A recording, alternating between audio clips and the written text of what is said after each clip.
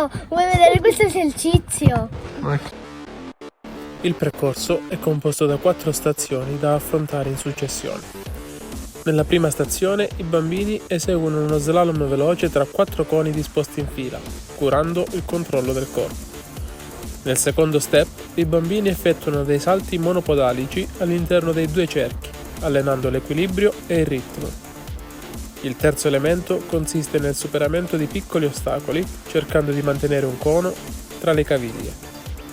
Il percorso si completa attraverso una conduzione palla, cercando di arrivare per primi sulla linea di fondo. Buona visione!